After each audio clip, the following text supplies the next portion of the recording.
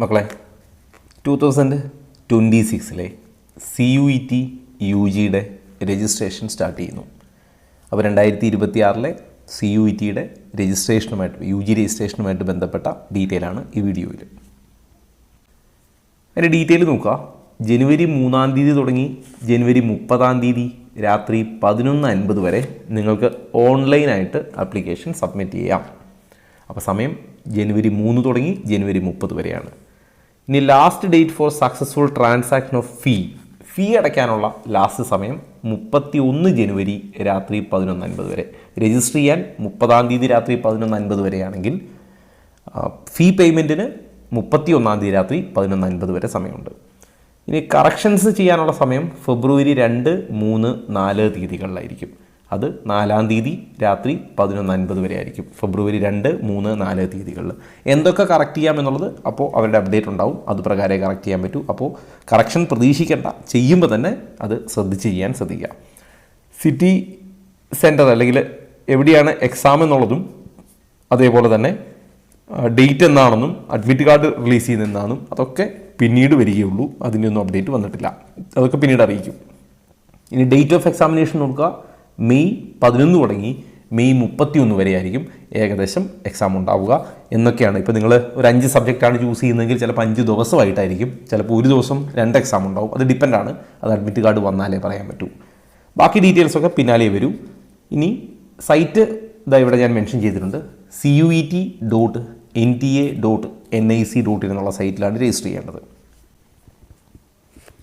ഇനി പ്രത്യേകം ശ്രദ്ധിക്കുക, ഒരു കുട്ടിക്ക് മാക്സിമം ചൂസ് ചെയ്യാവുന്നത് 5 സബ്ജക്റ്റാണ്.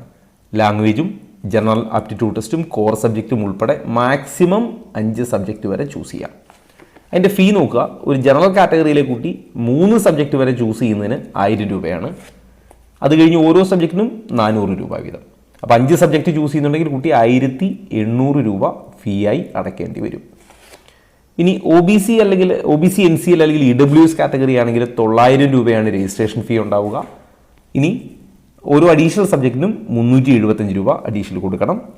SC ST physical disability 3rd ജെൻഡറൊക്കെ ആണെങ്കിൽ 800 രൂപ 3 സബ്ജക്റ്റിന് വരെയും ഓരോ പേപ്പറിനും 350 രൂപ അഡീഷണലും. ഔട്ട്സൈഡ് ഇന്ത്യ ആണെങ്കിൽ സെൻറ്റർ ചൂസ് ചെയ്യുന്നതെങ്കിൽ, അതായത് എക്സാം സെൻറ്റർ നിങ്ങൾ ചൂസ് ചെയ്യുന്നത് ഔട്ട്സൈഡ് ഇന്ത്യ ആണെങ്കിൽ 4500 രൂപ രജിസ്ട്രേഷൻ ഫീയും ഓരോ പേപ്പറിന് 1800 രൂപ വീതമാണ്. ഇനി എത്ര സബ്ജക്റ്റ് എഴുതണമെന്ന് നമുക്ക് തീരുമാനിക്കുന്നത് കോഴ്സിനനുസരിച്ചാണ്. ഇത് ഞാൻ ഈ വീഡിയോയുടെ എൻഡിലേക്ക് പറയാം. രജിസ്റ്റർ ചെയ്യാനുള്ള സൈറ്റ് ഞാൻ ഒരിക്കൽ കൂടി ഓർമ്മിപ്പിക്കുന്നു. CUET.NTA.NIC.in എന്നാണ്. ഇനി ടോട്ടൽ 37 സബ്ജക്റ്റാണ്. 37 സബ്ജക്റ്റിൽ 13 ലാംഗ്വേജും 23 ഡൊമൈൻ സബ്ജക്റ്റും ഒരു ജനറൽ ആപ്റ്റിറ്റ്യൂഡ് ടെസ്റ്റും ഉൾപ്പെടെ 37 പേപ്പറാണ് ഉണ്ടാവുക. ഇതിൽ നിങ്ങൾക്ക് ഏതെങ്കിലും 5 എണ്ണം ചൂസ് ചെയ്യാം. മാക്സിമം 5 എണ്ണം ചൂസ് ചെയ്യാം. ഇനി എക്സാമിൻ്റെ മീഡിയം നോക്കുക. മലയാളം ഉൾപ്പെടെ 13 ലാംഗ്വേജിലാണ്. അതിൽ നിങ്ങൾ മലയാളം ചൂസ് ചെയ്താൽ മലയാളവും ഇംഗ്ലീഷും ക്വസ്റ്റ്യനിലുണ്ടാവും. ഇംഗ്ലീഷ് യൂസ് ചെയ്താൽ ഇംഗ്ലീഷ് മാത്രവുമായിരിക്കും. ഏത് ലോക്കൽ ലാംഗ്വേജ് എടുത്താലും പ്ലസ് ലോക്കൽ റീജിയണൽ ലാംഗ്വേജ് എടുത്താൽ അത് ഇംഗ്ലീഷ് പ്ലസ് റീജിയണൽ ലാംഗ്വേജ് ആയിരിക്കും. ഇംഗ്ലീഷ് യൂസ് ചെയ്താൽ ഇംഗ്ലീഷ് മാത്രമായിട്ടും കിട്ടും. ഇനി ഇതിൻ്റെ സിലബസ് നോക്കാം. അതിൽ ഡൊമൈൻ സബ്ജക്റ്റുകൾ ആസ് പെർ NCERT. ഇത് പ്രത്യേകം ശ്രദ്ധിക്കുക. ആസ് പെർ NCERT എന്ന് പറഞ്ഞാലും അതിൽ +1 സിലബസ് ഇല്ല. എന്തിൻ്റെ ബേസിലായിരിക്കും എന്ന് ചോദിച്ചാൽ +2 മാത്രമാണ് പഠിക്കേണ്ടത്. നിങ്ങൾ ആ സിലബസ് നിങ്ങൾക്ക് സൈറ്റിൽ അവൈലബിൾ ആണ്. CUETയുടെ സൈറ്റിൽ അവൈലബിൾ ആണ്. CUETയുടെ സിലബസ് പ്രകാരം +2 ടോപ്പിക്ക് മാത്രമാണ് ഉണ്ടാവുക, +1 ഉണ്ടാവില്ല. ജനറൽ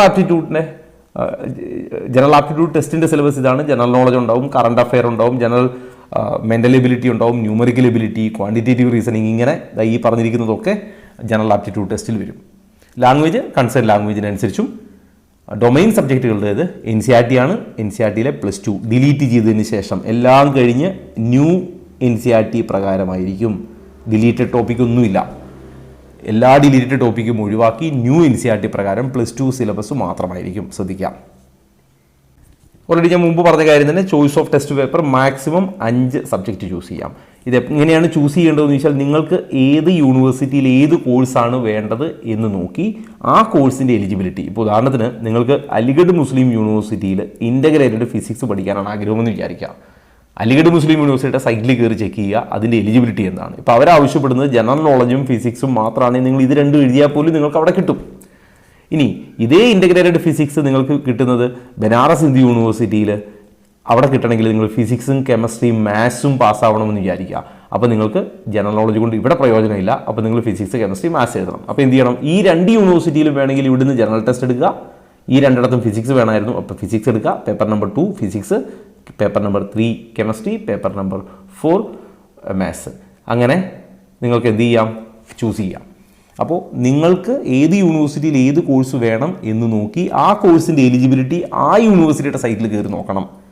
അതല്ലാതെ CUT അല്ല അത് ഡിക്ലെയർ ചെയ്യുന്നത്. അപ്പോൾ അത് ശ്രദ്ധിച്ചിട്ടേ നിങ്ങൾ സബ്ജക്റ്റ് ചൂസ് ചെയ്യാവൂ. ഇനി മാർക്കിംഗ് സ്കീം നോക്കുക. കറക്റ്റ് ആൻസറിന് 5 മാർക്കാണ്. ഇനി നെഗറ്റീവ് മാർക്കിംഗ് ഉണ്ട്. നെഗറ്റീവ് മാർക്കിംഗ് എത്രയാണ്? 1 മാർക്ക് നെഗറ്റീവ് പോവും. തെറ്റിയാൽ 1 മാർക്ക് നെഗറ്റീവാണ്. 5 മാർക്ക് ശരി ഉത്തരത്തിന് കിട്ടും. തെറ്റിയാൽ 1 മാർക്ക് നെഗറ്റീവ് പോവും. അറ്റൻഡ് ചെയ്തിട്ടില്ലെങ്കിൽ നിങ്ങളുടെ മാർക്ക് നഷ്ടപ്പെടുകയില്ല. ഇനി എക്സാം എങ്ങനെയായിരിക്കും എന്ന് ചോദിച്ചാൽ പെൻ ആൻഡ് പേപ്പർ അല്ല, CBT ആണ്, കമ്പ്യൂട്ടർ ബേസ്ഡ് ടെസ്റ്റാണ്. നിങ്ങൾ ചൂസ് ചെയ്യുന്ന ഓരോ ടെസ്റ്റ് പേപ്പറിനും 50 ക്വസ്റ്റ്യൻ ആയിരിക്കും ഉണ്ടാവുക. എല്ലാ ക്വസ്റ്റിനും കമ്പൽസറി, അതായത് ഓപ്ഷൻസ് ഇല്ല. ഏതെങ്കിലും 10 അങ്ങനെയില്ല. 50 ക്വസ്റ്റ്യൻ ഉണ്ട്, 50ഉം ചെയ്യണം. ഇനി ഒരു എക്സാമിൻ്റെ 50 ക്വസ്റ്റ്യൻ ആണെങ്കിലും 1 മണിക്കൂറാണ് സമയം ഉണ്ടാവുക. ഒരു എക്സാമിന് 1 മണിക്കൂറാണ്. 50 ക്വസ്റ്റ്യൻ 60 മിനിറ്റാണ് ഉണ്ടാവുക. പല ഷിഫ്റ്റ് ആയിരിക്കും, പല ഡേ ആയിരിക്കും. ഇത് നിങ്ങൾക്ക് അഡ്മിറ്റ് കാർഡ് വന്നാൽ മാത്രമേ പറയാൻ പറ്റൂ നിങ്ങൾ എന്നാണ്, ഏത് സെഷനാണ്, അല്ലെങ്കിൽ ഏത് ഡേ ആണ്, ഏത് ഷിഫ്റ്റിലാണ്, ഏത് സമയത്താണ് എന്നുള്ളത് അഡ്മിറ്റ് കാർഡ് വന്നാലേ പറയാൻ പറ്റൂ. ഇനി രജിസ്ട്രേഷൻ്റെ പ്രൊസീജിയർ എന്താണെന്ന് ചോദിച്ചാൽ നിങ്ങൾ ആദ്യം രജിസ്ട്രേഷൻ ഫോം സ്റ്റാർട്ട് ചെയ്യണം. രജിസ്ട്രേഷൻ ഫോം നിങ്ങൾ ഓൺലൈനായിട്ട് രജിസ്ട്രേഷൻ ഫോം കൊടുക്കുമ്പോൾ നിങ്ങളുടെ ബേസിക് ഡീറ്റെയിൽസ് ഒക്കെ കൊടുത്ത് നിങ്ങളൊരു ആപ്ലിക്കേഷൻ നമ്പർ നിങ്ങൾക്ക് ജനറേറ്റ് ചെയ്ത് കിട്ടും. ആ ആപ്ലിക്കേഷൻ നമ്പർ അല്ലെങ്കിൽ ആപ്ലിക്കേഷൻ നമ്പർ ഉപയോഗിച്ച് നിങ്ങൾ ക്രിയേറ്റ് ചെയ്ത പാസ്വേഡും ഉപയോഗിച്ച് ആപ്ലിക്കേഷൻ ഫോം നിങ്ങൾക്ക് ഫില്ല് ചെയ്യാം. അപ്ലോഡ് ചെയ്യേണ്ട ഡോക്യുമെൻറ്റുകളിൽ ഒന്ന് ഫോട്ടോഗ്രാഫാണ്. ഫോട്ടോഗ്രാഫ് 80% ഫേസ് കാണിച്ചിരിക്കണം, ഇൻക്ലൂഡിങ് ഇയർ എന്ന് പറഞ്ഞാൽ ചെവി മറച്ച് നിങ്ങൾ ഷോളും മറ്റും ഉപയോഗിക്കരുത്. മാസ്ക് ഇട്ടുകൊണ്ടല്ല, ചെവി മറയാത്ത നേരെ ഫ്രണ്ടിൽ നിന്ന് ചെവി കാണുന്ന രീതിയിലുള്ള ഫോട്ടോഗ്രാഫാണ് എടുക്കേണ്ടത്. ഇനി size of the photograph 10 to 200 KB ഉള്ളിൽ നിൽക്കണം. JPG അല്ലെങ്കിൽ JPEG ഫോർമാറ്റ് ആയിരിക്കണം. ഇനി സിഗ്നേച്ചറും അതുപോലെ തന്നെയാണ്. സിഗ്നേച്ചറും JPG ഓർ JPEG ഫോർമാറ്റ് ആയിരിക്കണം. 10 to 50 KB സൈസിലുണ്ടാവണം. ഇനി ഡിസബിലിറ്റി ഉള്ള കുട്ടികളുടെ UDID കാർഡ് അല്ലെങ്കിൽ ഡിസബിലിറ്റി സർട്ടിഫിക്കറ്റ് 50 to 300 KB സൈസിലുള്ള PDF ഫോർമാറ്റ് ആയിരിക്കണം. ഇനി നിങ്ങളുടെ ആപ്ലിക്കേഷൻ കുറച്ചുകൂടി ഈസി ആക്കാൻ വേണ്ടി നിങ്ങൾക്ക് ആധാർ ഉപയോഗിച്ചുകൊണ്ട് അപ്ലൈ ചെയ്യുന്നതായിരിക്കും നല്ലത്. ആധാർ ഉപയോഗിച്ചുകൊണ്ട് ചെയ്താൽ ആധാറിൻ്റെ ഒതൻറ്റിക്കേഷൻ ചോദിക്കുന്നുണ്ട്. അത് നിങ്ങൾ പെർമിറ്റ് ചെയ്താൽ കുറേ ഡീറ്റെയിൽ ഒക്കെ അതിൽ തന്നെ വരും. അപ്പോൾ ആധാർ കാർഡ് ഉപയോഗിക്കുകയായിരിക്കും നല്ലത്. പിന്നെ അതേപോലെ ലൈവ് ഫോട്ടോഗ്രാഫ് ക്യാപ്ചർ ചെയ്യുന്ന ഒരു പ്രൊസീജിയർ ഉണ്ട്. നിങ്ങൾ JEE 2026 രജിസ്റ്റർ ചെയ്ത കുട്ടികൾക്കറിയാം എന്താണ് ലൈവ് ഫോട്ടോഗ്രാഫ് എന്ന്. അപ്പോൾ ലൈവ് ഫോട്ടോഗ്രാഫ് ക്യാപ്ചർ ചെയ്യുന്ന ഒരു പ്രൊസീജിയർ കൂടിയുണ്ട്. അതുപോലെ ഫിസിക്കൽ ഡിസബിലിറ്റി ഉള്ള കുട്ടികൾ നിങ്ങൾക്ക് UDID കാർഡ് വേണമെങ്കിലും ഉപയോഗിക്കാം. ഇനി ആദ്യ സ്റ്റെപ്പുകളൊക്കെ കഴിഞ്ഞതിന് ശേഷമാണ് ഫീ പേയ്മെൻറ്റ് ഉണ്ടാവുക. ഫീ പേയ്മെൻറ്റ് നിങ്ങൾക്ക് UPI പേയ്മെൻറ്റ് ഒക്കെ അവൈലബിൾ ആണ്. അപ്പോൾ നിങ്ങൾ എത്ര പേപ്പർ ചൂസ് ചെയ്യുന്നു എന്നതിനനുസരിച്ചും നിങ്ങൾ ഏത് കാറ്റഗറിയാണ് എന്നതിനനുസരിച്ചും ഫീസ് വ്യത്യാസപ്പെടും. ഫീസ് ഞാൻ തുടക്കത്തിൽ പറഞ്ഞിരുന്നു. എല്ലാ സ്റ്റെപ്പും കംപ്ലീറ്റ് ചെയ്തതിന് ശേഷം നിങ്ങൾ കൺഫർമേഷൻ പേജ് പ്രിൻ്റ് ഔട്ട് എടുക്കണം. ഈ കൺഫർമേഷൻ പേജ് നിങ്ങൾ പിന്നീട് സൂക്ഷിച്ചു വെക്കണം. അതിൻ്റെ ഒരു കോപ്പി എപ്പോഴും നിങ്ങളുടെ കയ്യിലുണ്ടാവണം അലോട്ട്മെൻറ്റ് കഴിയുന്നത് വരെ. ഇനി എക്സാമിനേഷൻ സ്കീമിനെ കുറിച്ച് പറയുന്നുണ്ട്. മോഡ് ഓഫ് എക്സാമിനേഷൻ CBT ആണ്. ഈ എക്സാമിൻ്റെ ഡീറ്റെയിൽ, ഡ്രസ് കോഡ്, അതിൻ്റെ റൂൾ ആൻഡ് റെഗുലേഷൻ ഒന്നും ഞാൻ കൂടെ പറയുന്നില്ല. ഇത് രജിസ്ട്രേഷനുമായിട്ട് ബന്ധപ്പെട്ട കാര്യങ്ങൾ മാത്രമാണ്. ഒരു ജസ്റ്റ് ഐഡിയ മാത്രമേ ഇതിന് പറയുള്ളൂ. ബാക്കി എക്സാമിനോടനുബന്ധിച്ച് എക്സാമിന് ശ്രദ്ധിക്കേണ്ട കാര്യങ്ങൾ, കൊണ്ടുപോകേണ്ട കാര്യങ്ങളൊക്കെ ആ സമയത്ത് അപ്ലോഡ് ചെയ്യാം. ഇപ്പം നിലവിൽ രജിസ്ട്രേഷനുമായിട്ട് ബന്ധപ്പെട്ട കാര്യങ്ങൾ മാത്രമാണ് നോക്കേണ്ടത്. അപ്പോൾ ഞാൻ ഓർമ്മിപ്പിച്ചു എന്ന് മാത്രം, പെൻ ആൻഡ് പേപ്പർ അല്ല, CBT ആണ്. ഇനി ഇതിൻ്റെ എലിജിബിലിറ്റി നോക്കാം. CUET അപ്പിയർ ചെയ്യാൻ there is no age limit. Age limit ഒന്നുമില്ല. അതായത് CUET അപ്പിയർ ചെയ്യാൻ ഏജ് ലിമിറ്റ് ഇല്ല. പക്ഷേ ഈ CUETയുടെ സ്കോർ കാർഡ് കൊണ്ട് നിങ്ങൾ അപ്ലൈ ചെയ്യുന്ന യൂണിവേഴ്സിറ്റി ഏജ് ലിമിറ്റ് പറഞ്ഞിട്ടുണ്ടെങ്കിൽ അത് ബാധകമായിരിക്കും. ഇപ്പോൾ ഏതെങ്കിലും ഒരു യൂണിവേഴ്സിറ്റി പറയുകയാണ് അപ്പർ ഏജ് ലിമിറ്റ് 23 ആണെന്ന് പറഞ്ഞാൽ 23, അവിടെ അപ്പർ ഏജ് ലിമിറ്റ് ഇല്ലെങ്കിൽ അപ്ലൈ ചെയ്യാം. അങ്ങനെയാണ്. അത് യൂണിവേഴ്സിറ്റിയുടെ തീരുമാനങ്ങളാണ്. CUETക്ക് എഴുതാനായിട്ട് ഏജ് ലിമിറ്റ് ഇല്ല. അതായത് നിങ്ങൾ +2 അപ്പിയറിങ്ങിന് അപ്ലൈ ചെയ്യാം. അതേപോലെ +2 പാസ്സായവർക്കും അപ്ലൈ ചെയ്യാം. +2 അപ്പിയറിംഗ് ആണെങ്കിലും അപ്ലൈ ചെയ്യാം, +2 പാസ് ആണെങ്കിലും അപ്ലൈ ചെയ്യാം. ഏത് ഇയറിൽ പാസ്സായാലും നിങ്ങൾക്ക് അപ്ലൈ ചെയ്യാം. ലിസ്റ്റ് ഓഫ് ക്വാളിഫയിങ് എക്സാം ഞാൻ നേരത്തെ പറഞ്ഞു. +2 അപ്പിയറിങ്ങോ അല്ലെങ്കിൽ +2 പാസോ ആയിരിക്കണം. ഇനി എക്സാം സിറ്റീസ് നോക്കുക. നിങ്ങൾക്ക് 4 സിറ്റീസ് ഓപ്ഷനിൽ കൊടുക്കാം. ആ 4 സിറ്റീസ്. അപ്പോൾ കേരളത്തിൽ ഏതൊക്കെ സിറ്റീസ് ഉണ്ട് എന്നുള്ളതിൻ്റെ ലിസ്റ്റ് ഞാൻ ഈ വീഡിയോയുടെ എൻഡിൽ കാണിക്കാം. 4 സിറ്റീസ് നിങ്ങൾക്ക് ചോയ്സിൽ കൊടുക്കാം. മാക്സിമം ഈ 4-ൽ ഏതെങ്കിലും ഒന്ന് തരാനാണ് അവർ ശ്രദ്ധിക്കുക. പ്രത്യേകം ശ്രദ്ധിക്കുക. CUETയുടെ ഡിക്ലറേഷൻ അവർ പറഞ്ഞിട്ടുണ്ട് അഡ്മിഷനുമായിട്ട് ബന്ധപ്പെട്ട് CUETക്ക് റോളില്ല. എന്താണ് CUETയുടെ റോളെന്ന് ചോദിച്ചാൽ എക്സാം നടത്തുക, അതേപോലെ ഇതിൻ്റെ വാല്യുവേഷൻ നടത്തുക, ആൻസർ കീ പബ്ലിഷ് ചെയ്യുക, റിസൾട്ട് പബ്ലിഷ് ചെയ്യുക, നിങ്ങൾക്ക് സ്കോർ കാർഡ് ഇഷ്യൂ ചെയ്യുക എന്നുള്ളത് വരെ മാത്രമാണ് CUET റോള്. സ്കോർ കാർഡ് നിങ്ങൾക്ക് റിലീസ് ചെയ്ത് തരുന്നതോടെ, അതായത് നിങ്ങൾക്ക് സ്കോർ കാർഡ് പ്രൊവൈഡ് ചെയ്യുന്നതോടെ CUET റോൾ അവിടെ കഴിയും. ഈ സ്കോർ കാർഡ് ഉപയോഗിച്ച് കൺസേൺ യൂണിവേഴ്സിറ്റികളിൽ അപ്ലൈ ചെയ്യേണ്ടത് നിങ്ങളാണ്. നിങ്ങളൊരു 3 യൂണിവേഴ്സിറ്റിയിൽ അപ്ലൈ ചെയ്യാൻ താല്പര്യപ്പെടുന്നുവെങ്കിൽ ഈ 3 യൂണിവേഴ്സിറ്റിയിലും നിങ്ങൾ സെപ്പറേറ്റ് രജിസ്റ്റർ ചെയ്ത് നിങ്ങളുടെ CUET സ്കോർ കാർഡ് അവിടെ അപ്ലോഡ് ചെയ്തിട്ട് അതിൻ്റെ റാങ്ക് ലിസ്റ്റ് വരണം. അല്ലാതെ CUET കോമൺ ആയിട്ട് ഒരു റാങ്ക് ലിസ്റ്റ് ഇല്ല. ഒരിക്കൽ കൂടി ഓർമ്മിപ്പിക്കുന്നു, 37 സബ്ജക്റ്റാണ്. ആ 37 സബ്ജക്റ്റ് നേരത്തെ പറഞ്ഞു, ലാംഗ്വേജും ഡൊമൈൻ സബ്ജക്റ്റും ജനറൽ ആപ്റ്റിറ്റ്യൂഡും ഉൾപ്പെടെ മാക്സിമം 5 സബ്ജക്റ്റ് ചൂസ് ചെയ്യാം. പ്രത്യേകം പറഞ്ഞുകൊണ്ട് candidate may choose any subject or any language as decide by the applicable university or organisation. എന്ന് പറഞ്ഞാൽ നിങ്ങൾക്ക് ആദ്യം ഇവിടെ നിങ്ങൾ എന്താ ചെയ്യേണ്ടതെന്ന് ചോദിച്ചു കഴിഞ്ഞാൽ, ആദ്യം നിങ്ങൾക്ക് വേണ്ട കോഴ്സ് ഏതാണെന്ന് പ്ലാൻ ചെയ്യണം. നിങ്ങൾക്ക് വേണ്ട കോഴ്സ് ഏതാണ്? ഇപ്പോൾ BSc ഫിസിക്സ് അല്ലെങ്കിൽ ഇൻ്റഗ്രേറ്റഡ് ഫിസിക്സ് അല്ലെങ്കിൽ MSc BSc MSc maths integrated programme, അങ്ങനെ നിങ്ങൾക്ക് വേണ്ട കോഴ്സ് ഏതാണ് എന്ന് തീരുമാനിക്കുക. എന്നിട്ട് ആ കോഴ്സ് ഏത് യൂണിവേഴ്സിറ്റിയിൽ അല്ലെങ്കിൽ ഏതൊക്കെ യൂണിവേഴ്സിറ്റിയിൽ വേണമെന്ന് പ്ലാൻ ചെയ്യുക. എല്ലാ യൂണിവേഴ്സിറ്റിയും CUET വഴിയല്ല. CUET വഴിയുള്ള യൂണിവേഴ്സിറ്റികളുടെ ലിസ്റ്റ് ആ സൈറ്റിൽ നിങ്ങൾക്ക് അവൈലബിൾ ആണ്. അതൊരു ലിസ്റ്റുണ്ട്. ഓക്കെ, അപ്പോൾ ഏത് കോഴ്സാണ് വേണ്ടത്, ഏത് യൂണിവേഴ്സിറ്റിയിലാണ് വേണ്ടത്. അപ്പോൾ കോഴ്സുകളുടെയും യൂണിവേഴ്സിറ്റികളുടെയും ഡീറ്റെയിൽസ് CUET സൈറ്റിൽ നിങ്ങൾക്ക് പാർട്ടിസിപ്പേറ്റിംഗ് യൂണിവേഴ്സിറ്റീസ് എന്ന് പറഞ്ഞ് കാണാം. ആ ഓരോ യൂണിവേഴ്സിറ്റിയുടെയും സൈറ്റിൽ കയറിയാൽ നിങ്ങൾക്ക് CUET വഴിയുള്ള കോഴ്സുകൾ കാണാം. അപ്പോൾ ആദ്യം നിങ്ങൾ ഏത് കോഴ്സ് വേണമെന്ന് ചൂസ് ചെയ്തു, ഏത് യൂണിവേഴ്സിറ്റിയിൽ വേണമെന്ന് ചൂസ് ചെയ്തു. ഇനി ഈ യൂണിവേഴ്സിറ്റി ആ പർട്ടിക്കുലർ കോഴ്സിന് ഏതൊക്കെ സബ്ജക്റ്റാണ് എഴുതാൻ നിങ്ങളോട് ആവശ്യപ്പെട്ടിരിക്കുന്നത് അതാണ് നിങ്ങളിവിടെ എഴുതേണ്ടത്. അപ്പോൾ അതിൽ ഓരോ യൂണിവേഴ്സിറ്റിയും ഓരോ കോഴ്സിനും പറയും നിങ്ങൾ +2ൽ ഇന്നത് പഠിച്ചിരിക്കണം. ഫോർ എക്സാമ്പിൾ, ഇപ്പോൾ ഒരു ബയോളജിക്കൽ സയൻസ് പഠിക്കുന്ന കുട്ടിയോട് യൂണിവേഴ്സിറ്റി ആവശ്യപ്പെട്ടത് നിങ്ങൾ +2ൽ ഫിസിക്സ് കെമിസ്ട്രി ബയോളജി പഠിച്ചിരിക്കണം. എന്നാൽ എക്സാമിൽ CUETയിൽ നിങ്ങൾ കെമിസ്ട്രിയുടെയും ബയോളജിയുടെയും മാർക്കും നോക്കുകയുള്ളൂ എന്ന് വിചാരിക്കുക. ഇത് ഓൾറെഡി നിങ്ങൾ +2ൽ പഠിച്ചതാണ്, അത് എലിജിബിളായി. ഇനി നിങ്ങളിവിടെ ഫിസിക്സ് എഴുതിയില്ലെങ്കിലും കുഴപ്പമില്ല, കാരണം CUETയിൽ അവരാവശ്യപ്പെട്ടത് കെമിസ്ട്രിയും ബയോളജിയും ആണെങ്കിൽ നിങ്ങൾ അത് എഴുതിയാൽ മതി. ഇനി ഏതെങ്കിലും യൂണിവേഴ്സിറ്റി ഫിസിക്സ് കെമിസ്ട്രി ബയോളജി പറഞ്ഞാൽ നിങ്ങൾ ഇത് 3 എഴുതിക്കോ. അപ്പോൾ ഈ പറഞ്ഞ യൂണിവേഴ്സിറ്റിക്കും പറ്റും, രണ്ടാമത്തെ യൂണിവേഴ്സിറ്റിക്കും പറ്റും. ഇനി മൂന്നാമതൊരു യൂണിവേഴ്സിറ്റി പറയുകയാണ് അവർക്ക് ഇംഗ്ലീഷും ഫിസിക്സും ബയോളജിയുമാണ് വേണ്ടത്, അപ്പോൾ നിങ്ങൾ ഇംഗ്ലീഷ് കൂടെ എഴുതുക. അപ്പോൾ നിങ്ങൾക്ക് 3 യൂണിവേഴ്സിറ്റിയിലും അപ്ലൈ ചെയ്യാം. അങ്ങനെയാണ് നിങ്ങൾ സബ്ജക്റ്റ് ചൂസ് ചെയ്യേണ്ടത്. ക്ലിയർ ആയി എന്ന് വിചാരിക്കണം. ഇനി എക്സാം സെൻറ്ററുകൾ നോക്കുക. കേരളത്തിൽ ഏകദേശം 14ഓളം സെൻറ്ററുകളാണ് ഉള്ളത്. ആലപ്പുഴ, എറണാകുളം, ഇടുക്കി, കണ്ണൂർ, കാസർഗോഡ്, കൊല്ലം, കോട്ടയം, കോഴിക്കോട്, മലപ്പുറം, പാലക്കാട്, പത്തനംതിട്ട, തിരുവനന്തപുരം, തൃശ്ശൂർ, വയനാട്, ഇങ്ങനെ 14ഓളം സെൻറ്ററാണുള്ളത്. ഇതിൽ 4 എണ്ണം നിങ്ങൾക്ക് ചൂസ് ചെയ്യാം. ഇനി ഇന്ത്യക്ക് പുറത്തും സെൻറ്ററുകളുണ്ട്. Bahrain, Germany, Indonesia, Kuwait, Malaysia, Nepal, Nigeria, Oman, Qatar, Saudi Arabia, അതിൽ തന്നെ റിയാദ്, പിന്നെ സിംഗപ്പൂർ, UAE, അവിടെ തന്നെ Dubai, Abu Dhabi, Sharjah, Washington DC. ഇത്രയും ഇന്ത്യക്ക് പുറത്ത് ഇത്രയും സെൻറ്ററുകളും CUET എക്സാം ഉണ്ടാവും. പക്ഷേ അതിൽ ഫീസിൽ വ്യത്യാസം ഉണ്ടാവും, ഞാൻ മുമ്പ് പറഞ്ഞിരുന്നു. രജിസ്ട്രേഷനുമായിട്ട് ബന്ധപ്പെട്ട് ശ്രദ്ധിക്കുക. ഓൺലൈൻ രജിസ്ട്രേഷൻ ആദ്യം അപ്ലൈ ചെയ്യണം, പിന്നെ അപ്ലിക്കേഷൻ ഫോം കംപ്ലീറ്റ് ചെയ്യണം, ഫീ പേയ്മെൻറ്റ് നടത്തണം, കൺഫർമേഷൻ പേജ് എടുക്കണം.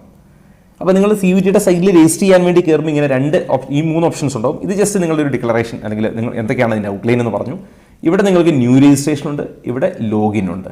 ആദ്യ പ്രാവശ്യം രജിസ്റ്റർ ചെയ്ത ആപ്ലിക്കേഷൻ നമ്പറും പാസ്വേഡും ക്രിയേറ്റ് ചെയ്യുന്നത് വരെ നിങ്ങൾക്കിതാണ്. വൺസ് നിങ്ങൾക്ക് ആപ്ലിക്കേഷൻ നമ്പർ ഇഷ്യൂ ആയാൽ പിന്നെ നിങ്ങൾ ലോഗിൻ ID ഉപയോഗിച്ചിട്ടാണ്. ഇത് ഒറ്റ സ്ട്രെച്ചിലിരുന്ന് ചെയ്യണമെന്നില്ല, പലപ്പോഴായി ചെയ്യാം. കുറച്ച് സ്റ്റെപ്പ് തീർത്ത് അത് സബ്മിറ്റ് ചെയ്ത് പിന്നെ കുറേ അല്ലെങ്കിൽ പിറ്റേ ദിവസം വന്ന് ബാക്കി ചെയ്യാം, അതിലൊന്നും കുഴപ്പമില്ല. അപ്പോൾ ലോഗിൻ ID പാസ്വേഡ് ഉപയോഗിച്ച് നിങ്ങൾക്ക് പിന്നീട് ഇവിടുന്ന് കണ്ടിന്യൂ ചെയ്താൽ മതിയാവും. ഇനി ആപ്ലിക്കേഷൻ ഫോം തുടങ്ങുന്നിടത്ത് ശ്രദ്ധിക്കുക. നിങ്ങളുടെ പേഴ്സണൽ ഡീറ്റെയിൽസ്, നിങ്ങളുടെ പേര്, ഗാർഡിയൻ്റെ പേര്, അങ്ങനെയുള്ള ഡീറ്റെയിൽസ് ഉണ്ടാവും. സാധാരണ JEE ചെയ്തുകൊണ്ടറിയാം. ഇവിടെയൊക്കെ തന്നെ ഇങ്ങനെ ചെക്ക് ബോക്സുകൾ ഉണ്ടാവും. ഇതൊക്കെ ഫില്ല് ചെയ്യുക. അതിനുശേഷം ഇത് ക്ലിയർ ആണെങ്കിൽ submit and send OTP for mobile എന്ന് കൊടുക്കുക. അപ്പോൾ നിങ്ങൾക്കൊരു OTP വരും. OTP കൊടുത്ത് അത് വെരിഫൈ ചെയ്ത് അടുത്തതിലേക്ക് അങ്ങനെ കോൺടാക്ട് ഡീറ്റെയിൽ ക്ലിയറായി. പിന്നെ പേഴ്സണൽ ഡീറ്റെയിൽ ചെയ്യണം. അതുപോലെ ഡിസബിലിറ്റി ഉണ്ടെങ്കിൽ അത് ഡീറ്റെയിൽ കൊടുക്കണം. അതുപോലെ ആധാർ ID അങ്ങനെ വേണ്ട എല്ലാ കാര്യങ്ങളും ഇങ്ങനെ സ്റ്റെപ്പ് ബൈ സ്റ്റെപ്പ് ഇതിങ്ങനെ ഓരോന്ന് കംപ്ലീറ്റ് ചെയ്യുന്നതിനനുസരിച്ച് ഇതിങ്ങനെ ഗ്രീനിൽ കംപ്ലീറ്റഡ് എന്ന് കാണിക്കും. കംപ്ലീറ്റ് ആവാത്തതൊക്കെ പെൻഡിങ് എന്ന് കാണിക്കും. അപ്പോൾ ഇതിങ്ങനെ ഫില്ല് ചെയ്ത് വരണം ഇങ്ങനെ ഓരോന്ന് വീതം. അതിൽ ഈ NCL അല്ലെങ്കിൽ EWS കാറ്റഗറിയൊക്കെ ഈ SC കമ്മ്യൂണിറ്റി അല്ലെങ്കിൽ OBC NCL കമ്മ്യൂണിറ്റി അല്ലെങ്കിൽ അതേപോലെ EWS കാറ്റഗറി ഇവരുടെ ഒന്നും ഡോക്യുമെൻറ്റിൻ്റെ ആവശ്യമില്ല. പക്ഷേ നിങ്ങൾ എന്ത് ചെയ്യണം, ഇവിടെ കാറ്റഗറിയുടെ നമ്പർ കൊടുക്കണം. എന്ന് പറഞ്ഞാൽ നിങ്ങളുടെ സർട്ടിഫിക്കറ്റിൻ്റെ നമ്പറും ഇഷ്യൂ ഡേറ്റും ഒക്കെ കൊടുക്കേണ്ടി വരും. അപ്പോൾ അതുകൊണ്ട് അത് നിങ്ങൾ ജെയുടെ ആവശ്യത്തിന് എടുത്തതുകൊണ്ട് അതേ നമ്പറും അതേ ഡേറ്റും വെച്ച് നിങ്ങൾക്കിവിടെ ചെയ്യാവുന്നതാണ്. സർട്ടിഫിക്കറ്റ് അപ്ലോഡ് ചെയ്യേണ്ടതില്ല. പക്ഷേ നിങ്ങൾ എന്ത് ചെയ്യണം, ആ ഡോക്യുമെൻറ്റിൻ്റെ നമ്പറും ഇഷ്യൂ ഡേറ്റും ഇവിടെ കൊടുക്കേണ്ടതുണ്ട്. അതേപോലെ ആധാർ നിങ്ങൾക്ക് വേണമെങ്കിൽ ആധാർ ലിങ്ക് ചെയ്തിട്ട് അല്ലെങ്കിൽ ആധാറിൻ്റെ സഹായത്തോടെ അപ്പോൾ അതിൻ്റെ ഒതൻറ്റിക്കേഷൻ ചോദിക്കുമ്പോൾ ഓക്കെ കൊടുക്കുകയാണെങ്കിൽ കുറേ ഡീറ്റെയിൽസ് അതിൽ നിന്ന് അവർ ക്യാപ്ചർ ചെയ്യും. അതുപോലെ പിന്നീട് ഈ എക്സാമിൻ്റെ ചൂസ് ചെയ്യുന്നിടത്ത് ഇവിടെ നിങ്ങൾക്ക് മാക്സിമം നേരത്തെ പറഞ്ഞ പോലെ മാക്സിമം 5 സബ്ജക്റ്റ് യൂസ് ചെയ്യാം. ഇവിടെ ചൂസ് ചെയ്യുന്ന സബ്ജക്റ്റുകൾക്കനുസരിച്ചാണ് ഫീസ് തീരുമാനിക്കപ്പെടുക. ഇനി എക്സാം സിറ്റികൾ നോക്കുക. നിങ്ങൾക്ക് 4 സിറ്റീസ് കൊടുക്കാം. ഇവിടെ നിങ്ങൾക്ക് ലൈവ് ഫോട്ടോ ക്യാപ്ചറിംഗ് എന്ന് പറഞ്ഞൊരു പ്രൊസീജിയർ വരും. 2026 JEE ചെയ്തുകൊണ്ട് നിങ്ങൾക്ക് അറിയാവുമെന്ന് വിചാരിക്കുന്നു. അതിൽ നിങ്ങൾക്ക് ക്ലിയർ ആണെന്ന് തോന്നുന്നൊരു ഫോട്ടോ വരുമ്പോൾ നിങ്ങൾക്ക് സബ്മിറ്റ് ചെയ്യാം. ഇനി ഇതിൽ മിസ്മാച്ച് കാണിച്ചാൽ നിങ്ങൾക്ക് വേണമെങ്കിൽ മിസ്മാച്ച് അവിടെ നിർത്തിക്കൊണ്ട് തന്നെ എക്സാമിനേഷൻ അല്ലെങ്കിൽ ഇത് പ്രൊസീജിയർ ചെയ്യാം. അങ്ങനത്തെ ഓപ്ഷൻസൊക്കെ ഉണ്ട്. JEE ചെയ്തുകൊണ്ട് ഒരു ധാരണ ഉണ്ടാവുമെന്ന് വിചാരിക്കുന്നു. ഇനി ഡോക്യുമെൻറ്റ് അപ്ലോഡിൻ്റെ ഇത് ശ്രദ്ധിക്കുക. ഞാൻ നേരത്തെ പറഞ്ഞ ഫോട്ടോഗ്രാഫ് അപ്ലോഡ് ചെയ്യണം, സിഗ്നേച്ചർ അപ്ലോഡ് ചെയ്യണം, ഫിസിക്കൽ ഡിസബിലിറ്റി ഉണ്ടെങ്കിൽ അത് അപ്ലോഡ് ചെയ്യണം. നിങ്ങളുടെ ഒരു ID പ്രൂഫ്, ആധാർ പോലെ ഒരു ID പ്രൂഫ് കൂടി കൊടുക്കണം. അപ്പോൾ അപ്ലോഡ് ചെയ്യേണ്ട ഡോക്യുമെൻറ്റുകൾ എന്താണ്? നിങ്ങളുടെ ഫോട്ടോ, നിങ്ങളുടെ സിഗ്നേച്ചർ, ഇത് രണ്ടും വേണം. പ്ലസ് നിങ്ങളുടെ ഒരു വാലിഡ് ഒരു ID പ്രൂഫ്, ആധാർ പോലെ അല്ലെങ്കിൽ പാൻ കാർഡ് പോലെ പാസ്പോർട്ട് പോലെ ഒരു വാലിഡ് ID പ്രൂഫ് ഉണ്ടാവണം. ഫിസിക്കൽ ഡിസബിലിറ്റി ഉള്ള കുട്ടികൾക്ക് ആ ഡിസബിലിറ്റി സർട്ടിഫിക്കറ്റിൻ്റെ കോപ്പിയും ഉണ്ടാവണം. ഡോക്യുമെൻ്റ് കമ്മ്യൂണിറ്റി അല്ലെങ്കിൽ കാറ്റഗറി ഡീറ്റെയിൽ കൊടുത്താൽ മതി, സർട്ടിഫിക്കറ്റിൻ്റെ ആവശ്യമില്ല. ഇനി ഫീ പേയ്മെൻറ്റ് ചെയ്യുമ്പോൾ നിങ്ങൾക്ക് ഗൂഗിൾ പേ ഉൾപ്പെടെയുള്ള എല്ലാ UPI പേയ്മെൻറ്റുകളും അല്ലെങ്കിൽ ഓപ്ഷൻസും അവൈലബിൾ ആണ്. നിങ്ങൾക്ക് ഇതിൽ ഏതാണ് ചൂസ് ചെയ്യാൻ പറ്റുക അത് ചൂസ് ചെയ്തിട്ട് നിങ്ങൾക്ക് പേയ്മെൻറ്റ് നടത്താം. അപ്പോൾ നിങ്ങൾ ഈ എക്സാം സബ്ജക്റ്റുകളൊക്കെ കൊടുത്തു കഴിയുമ്പോൾ ഇവിടെ നിങ്ങളുടെ എമൗണ്ട് ഡിസ്പ്ലേ കാണിക്കും. അതനുസരിച്ച് നിങ്ങൾക്ക് കൊടുക്കാം. ഇതെല്ലാം കംപ്ലീറ്റ് ചെയ്ത് കഴിയുമ്പോൾ നിങ്ങൾക്ക് എല്ലാ സ്റ്റെപ്പും കംപ്ലീറ്റഡ് എന്ന് കാണിക്കും. അവിടെ ഡൗൺലോഡ് കൺഫർമേഷൻ പേജ് എന്നുണ്ടാവും. ഈ ഡൗൺലോഡ് കൺഫർമേഷൻ പേജ് ഡൗൺലോഡ് ചെയ്ത് അല്ലെങ്കിൽ അതിന് ഒരു പ്രിവ്യൂ കൊടുത്ത് ഒരു തെറ്റുമില്ല എന്ന് ഉറപ്പ് വരുത്തി ഫൈനൽ സബ്മിഷൻ നടത്തി ഡൗൺലോഡ് കൺഫർമേഷൻ പേജ് എടുക്കുമ്പോൾ മാത്രമാണ് നിങ്ങളുടെ പ്രൊസീജിയർ കംപ്ലീറ്റ് ആവുന്നത് എന്ന് ശ്രദ്ധിക്കണം. അപ്പോൾ ഓൾമോസ്റ്റ് ഞാൻ അതുമായിട്ട് ബന്ധപ്പെട്ട ഒരു വളരെ പെട്ടെന്ന് അറിഞ്ഞിരിക്കേണ്ട എല്ലാ കാര്യങ്ങളും വളരെ പെട്ടെന്ന് പറഞ്ഞിട്ടുണ്ട്. ഇനി ഇതുമായിട്ട് ബന്ധപ്പെട്ട മറ്റെന്തെങ്കിലും ഡൗട്ട് ഉണ്ടെങ്കിൽ നിങ്ങൾക്ക് ഞാൻ ഇതിൻ്റെ കമൻറ്റ് ബോക്സിൽ എൻ്റെ കമ്മ്യൂണിറ്റിയുടെ ലിങ്ക് കൊടുത്തിട്ടുണ്ട്. ആ കമ്മ്യൂണിറ്റിയിൽ ജോയിൻ ചെയ്താൽ ത്രൂ വാട്സപ്പ് നിങ്ങൾക്ക് നിങ്ങളുടെ ഡൗട്ട് ചോദിക്കാവുന്നതാണ്. 2 ഇതുമായിട്ട് ബന്ധപ്പെട്ട് വരുന്ന മറ്റ് അപ്ഡേറ്റുകളും ഞാൻ ആ കമ്മ്യൂണിറ്റിയിൽ തന്നെയാണ് പോസ്റ്റ് ചെയ്യുന്നത്. എൻട്രൻസ് സംബന്ധമായ വാർത്തകളും അപ്ഡേഷനുകളും ഏറ്റവും വേഗം ആധികാരികമായി അറിയാൻ സബ്സ്ക്രൈബ് ചെയ്യുക, ബെൽ ഐക്കൺ അമർത്തുക. ഈ വീഡിയോ മറ്റു സുഹൃത്തുക്കളിലേക്കും ഷെയർ ചെയ്ത് നൽകുക.